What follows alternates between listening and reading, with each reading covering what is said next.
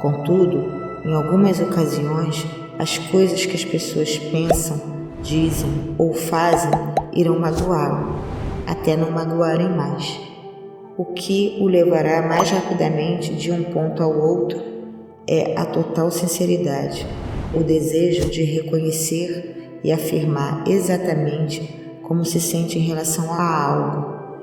Diga a sua verdade, gentil, mas totalmente. Viva-a, gentil, mas totalmente. Mude a sua verdade de maneira mais fácil e rápida quando a sua experiência lhe proporcionar uma nova lucidez. Ninguém, em seu juízo perfeito, muito menos Deus, lhe diria, quando você está magoado em um relacionamento, deixe isso para lá, faça com que não tenha significado algum para você. Se está magoado, é muito tarde para fazer com que não signifique coisa alguma. Sua tarefa agora é decidir o que realmente significa e demonstrá-lo, porque fazendo isso você escolhe e se torna quem tenta ser. Então o ser humano não tem de ser a esposa sofredora, o marido desprezado ou vítima de seus relacionamentos, para torná-los sagrados ou agradar a Deus. Céus, é claro que não. E não tem de suportar ataques à sua dignidade e seu orgulho, danos à sua psique e mágoas em seu coração para dizer que deu o melhor de si nos seus relacionamentos, fez o seu dever ou cumpriu suas obrigações aos olhos de Deus e do mundo. Nem por um minuto. Então eu imploro ao Senhor que me diga que promessas e pactos eu deveria fazer em um relacionamento. Quais são as obrigações em que os relacionamentos implicam? Que diretrizes eu deveria seguir? A resposta é que você não pode ouvir, porque o deixa sem diretrizes e torna nulos todos os pactos no momento em que os faz. A resposta é: você não tem qualquer obrigação nos relacionamentos e na vida. Não tem restrições, limites, diretrizes ou regras. Tampouco está preso a circunstâncias ou situações ou tem de seguir qualquer lei. Não pode ser punido por ofensas, como também não pode cometê-las, porque nada é ofensivo aos olhos de Deus. Eu já ouvi isso antes. Esse tipo de religião que afirma que não existem regras. Trata-se de anarquia espiritual. Não vejo como isso pode dar certo. Não há como não dar certo se você se entregar à tarefa de criar o seu eu. Se, por outro lado, realiza a tarefa de tentar ser o que outra pessoa quer que seja, a ausência de regras ou diretrizes poderia de fato tornar a situação difícil. Contudo, a mente pensante deseja desesperadamente perguntar: se Deus deseja que eu seja de um determinado modo, por que simplesmente não me criou como queria que eu fosse? Porque toda essa luta para deixar de ser quem eu sou para ser como Deus quer que eu seja? É o que a mente deseja saber, e com razão, porque é uma boa pergunta. Os fantásticos religiosos gostariam que você acreditasse que eu o criei inferior a quem sou para ter uma chance de torná-lo como eu sou, contra todas as probabilidades. E eu poderia acrescentar contra todas as tendências naturais com as quais julga-se que eu o criei. Entre essas chamadas tendências naturais está a tendência a pecar. Foi-lhe ensinado que nasceu e morrerá com pecado, que pecar é a sua natureza. Uma de suas religiões até mesmo lhe ensina que você não pode fazer nada em relação a isso. Suas próprias ações são irrelevantes e sem sentido. É arrogância achar que através de uma ação sua pode ir para o céu. Há apenas um modo de ir para o céu: salvar-se. pela graça concedida por seu Deus, através da aceitação de seu Filho como mensageiro. Só então você será salvo. Até lá, nada que faça, nem a vida que leva, suas escolhas ou que realiza por sua própria vontade, em um esforço para melhorar ou mostrar o seu valor, tem qualquer efeito ou influência.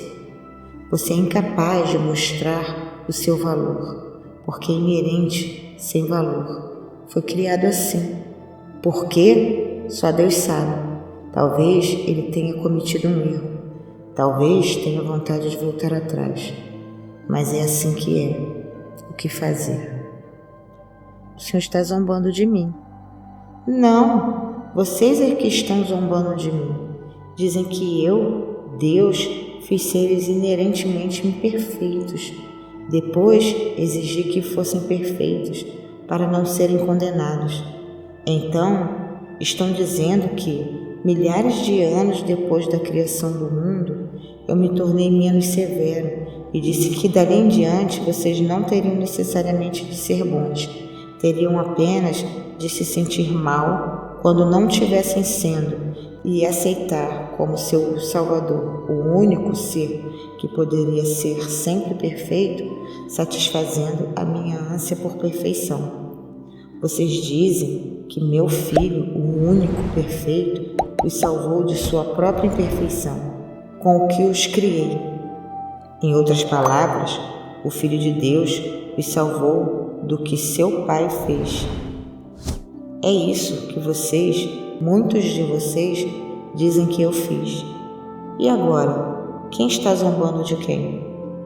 Essa é a segunda vez neste livro que o Senhor parece ter se lançado a um ataque direto ao cristianismo fundamentalista. Eu estou surpreso. Você escolheu a palavra ataque. Eu estou apenas me referindo a esse tema. E a propósito, o tema não é cristianismo fundamentalista, como você o chama. É toda a natureza divina e o relacionamento de Deus com o homem. A dúvida surge aqui porque estávamos discutindo a questão das obrigações nos relacionamentos e na vida em si. Você não consegue acreditar num relacionamento sem obrigações porque não consegue aceitar o que realmente é. Chamo uma vida completa de anarquia espiritual. Eu a chamo de uma bela promessa divina. É apenas dentro do contexto dessa promessa que o grande plano de Deus pode ser concluído. Você não tem obrigações no relacionamento, tem apenas oportunidades. As oportunidades, não as obrigações, são a base da religião, de toda a espiritualidade. Quando você pensa o contrário, não entenderá isso. O relacionamento, o seu relacionamento com todas as coisas, foi criado como seu instrumento perfeito no trabalho da alma. É por este motivo que todos os relacionamentos humanos e pessoais são sagrados.